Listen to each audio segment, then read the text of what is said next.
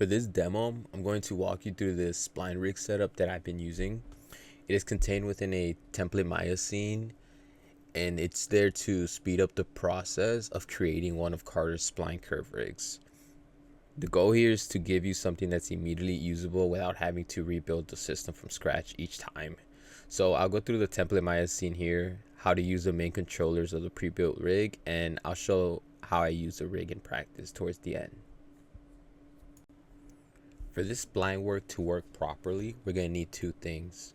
One is Carter's custom Python script that generates a chain of bones along the spline curve's length once we are satisfied with the spline curve. The next is we're going to need BiFrost, which you can download through Autodesk. To get this Python script, I would refer to a previous recording of Carter walking us through that demo. For now, mine exists on the top shelf as a custom button. This is what the template Maya scene will look like once opened.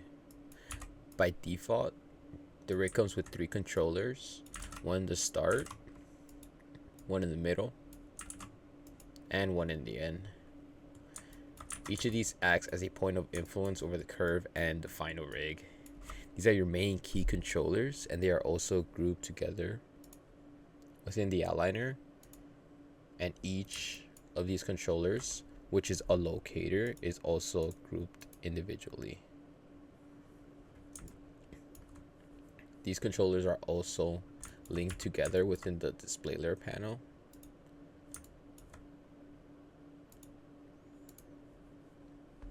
There are 2 other controllers that work similarly, but one is able to be keyed and the other should never be keyed. The larger yellow arrow is the control that should never be keyed. You can use it to move the entire spline curve to its initial starting point.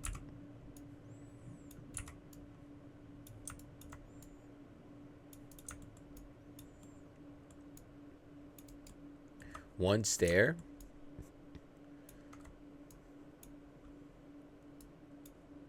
you can feel free to use the other control that may be keyed, which is in the center of the spline rig and looks like a little blue hill.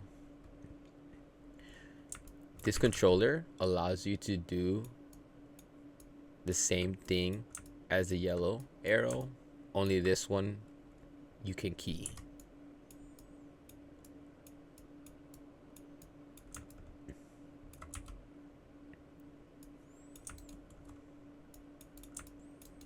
And you can still move the yellow arrow without breaking the rig.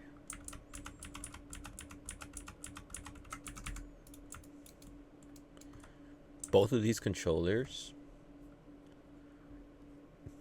are grouped within the outliner as well,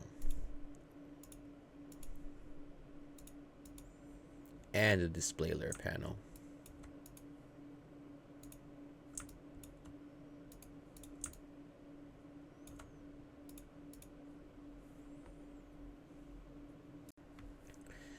There is another nerves curve shape within this scene. It is this circular object called the Hermite control rig, and you can go ahead and ignore this as it is a byproduct of creating this spline curve through Maya's BiFrost system. You also notice that there is a BiFrost graph node within the outliner, and we can go ahead and just quickly look into this in the channel box / layer editor. We only need to worry about 2 parameters for the moment, and that's the Hermite curve samples and out samples channel boxes. The out samples will determine how many bones will be generated throughout the spline curve's length, and generally you want to match the Hermite curve sample and the out samples.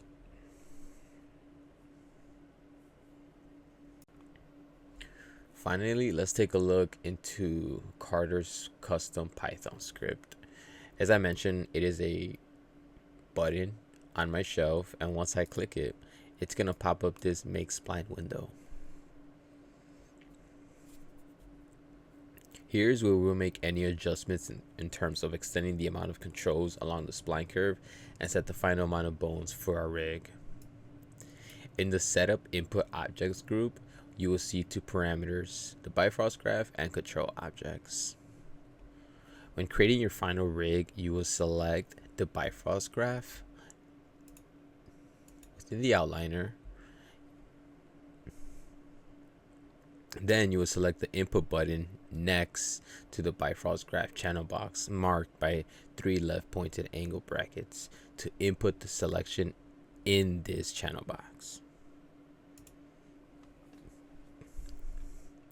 You will then do the same thing, but for the main key controllers. In this case, it will be the locators.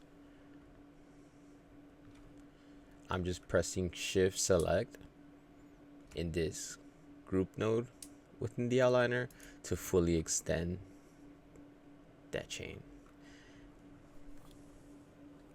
When you select these key controllers, you want to make sure to do so in descending or ascending order to maintain the chain of the spline curve, as the bones will be generated along the path that you select the main key controls, in this case the locators.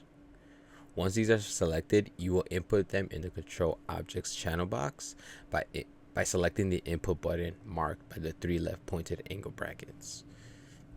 So as I said, I'm going to select these locators, and you could do it within the outliner or within the scene itself. When you have more locators or controllers, you would find out that it's probably easier to do it throughout the outliner. So that's just how I'm going to do it. I'm going to select the first one, second one, third one, and I must press the input button.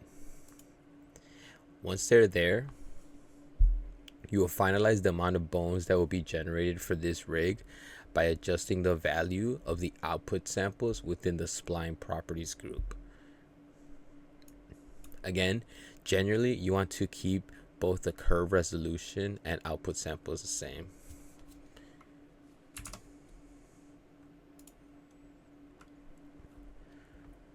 Finally, you will select Make Joints to generate the bones along the spline curve's length. Afterwards, you are then free to skin this rig to your mesh, while at the same time maintaining the key controls so that you can begin posing or animating.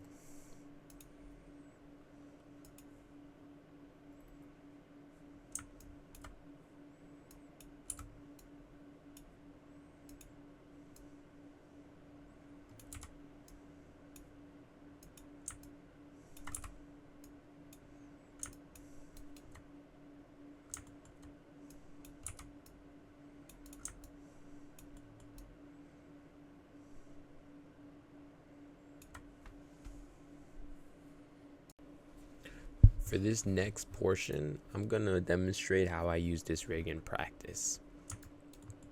You can see how one of these spline curves is rigged, as it is skinned to this simple cylindrical mesh. And you can see this spline curve, once it is skinned to geometry, just offers really smooth deformations without having to touch much of the painted weights initially.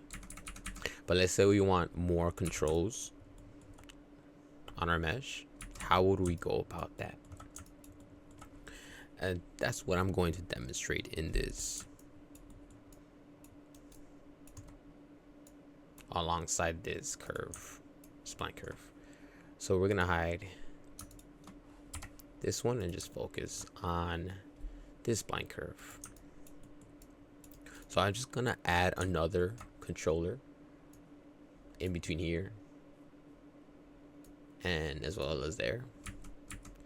And this spline curve is not skinned or has joints attached to this. So another control that this make spline window has is the ability to create more controllers without having to break the rig or spline curve. And this can only be done prior to making your joins. So you usually save that once you have your shape finalized. But let me show you how to create those controllers. It's fairly simple. In this instance, I'm just going to select these locators and I'm just going to duplicate them, and I'm just going to drag it somewhere in between either ends, right? And I'm just going to duplicate this other one, and I'm going to drag it somewhere in between these two locators. So now that we have these two new locators, they're still not connected to the actual spline like the other locators.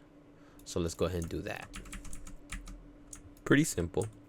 We're just going to go ahead and select our BiFrost graph node, input in this BiFrost graph channel, select our locators, and I'm going to do this in the scene this time. And you want to select the locators that are only connected throughout this spline curve. So I'm going to grab the first one, this middle one, and then the end one, and I'm going to input them into this control objects channel box. From here, this new group called Go has this controls parameter section. Once we select our locators that are existing alongside this spline curve, we're gonna disconnect it, and now that spline curve is inactive, no longer exists, which allows us to select all of these objects. I'm just gonna backspace that and delete it, and now I'm going to select these locators, including these two that we added, and I'm going to just input them in here. And from here, I'm just going to already update this curve resolution to 25 and these output samples to 25, because I know those are the amount of bones I want for this geometry. And once I'm here, I'm going to connect these controllers. Once you press connect, you're going to see this confirm window asking you if you want to replace the current rig. I would go ahead and say yes. You don't always have to do this. I just found that it doesn't hurt to just replace it. So I'm just going to hit yes, and it should replace this Hermite curve control rig. There should only be one of these ever in the outliner. If it ever does not want to replace it and just creates a new one, you can go ahead and delete the numerical one. So the one that will be called Hermite control rig 1, if that ever happens. But we'll just hit yes, and it updated the Hermite control rig by deleting the old one. Perfect. And now you can see that we have more control along this curve, which is fantastic. And you can see how choppy it is. Sorry for the crude language, but that resolution, we could always increase it by the amount of out samples.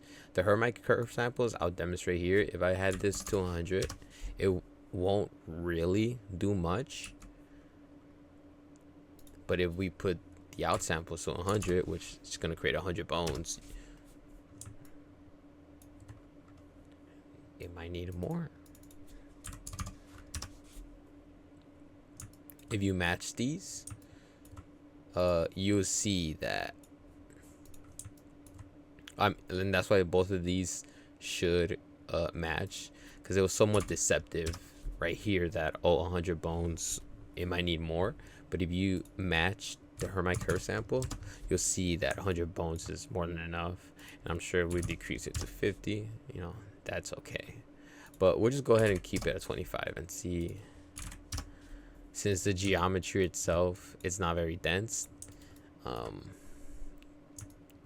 increasing the bones past 25 won't really help. So once we are satisfied, we'll just go ahead and set these translates to 0. Let's say I like that amount of control. And before we move on, one thing that's I should mention, that's another control that's part of a that one of these once these locators are created alongside like this make spline window to create these spline curve, they're gonna come with a parameter under the visibility within the channel box layer editor, and it's that channel box is going to be called string on off. It's pretty useful. It can be keyed, which is very handy, and all it does is, depending on the state, if it's on, it's gonna essentially say, hey Pat, I'm part of the system, include me. If it's off, it's gonna turn itself off, and you'll see what the spline curve does. It'll ignore that locator and just proceed to the next one. So if I turn this off, you can see that it just shuts it off, and I've used this plenty of times. It's very useful. So let's go ahead and just create the joints for this. Since we know these are the exact same BiFrost graph and control objects that we just put, where we know we want 25 bones to be created, we're just gonna make joints. If this string on and off does not appear, you can go ahead and, once your desired inputs are within the BiFrost graph or control objects, you can go ahead and hit test feature, and that should populate this string on off parameter or variable. So let's go ahead and make joints, and here we have the joints. We'll go back to shaded by pressing 5. We're just gonna quickly just group these. Just gonna copy the name of that. I don't really have to do this, but we'll just do it. We'll open this, select our bones, we'll select our mesh. We can close this window. We'll go to skin, bind skin options, join hierarchy, geodesic voxel. These are pretty standard. And once that's skinned, we can go ahead and see what happens. And now we have more controls that are running alongside our mesh.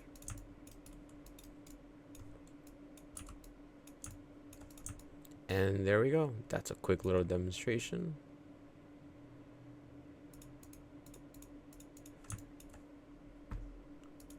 Of this spline rig.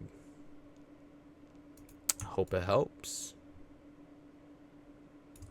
And